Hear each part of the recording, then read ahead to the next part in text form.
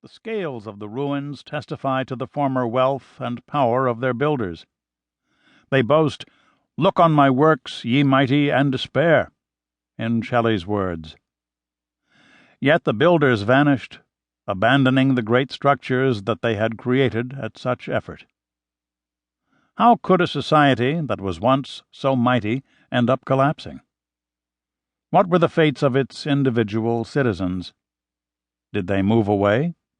And if so, why? Or did they die there in some unpleasant way? Lurking behind this romantic mystery is the nagging thought: might such a fate eventually befall our own wealthy society? Will tourists someday stare mystified at the rusting hulks of New York's skyscrapers, much as we stare today at the jungle-overgrown ruins of Maya cities?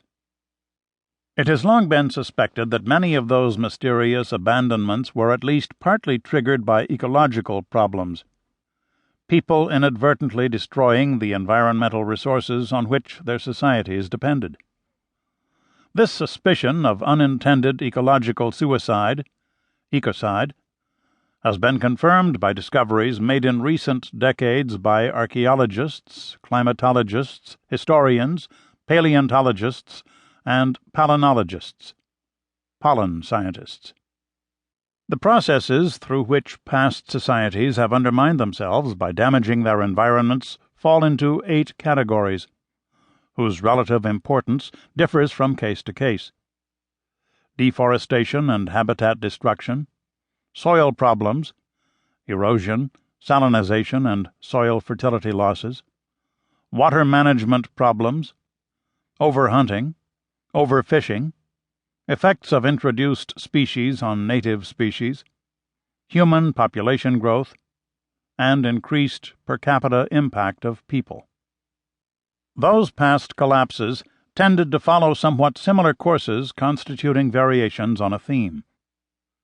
Population growth forced people to adopt intensified means of agricultural production, such as irrigation, double cropping, or terracing, and to expand farming from the prime lands first chosen onto more marginal land, in order to feed the growing number of hungry mouths.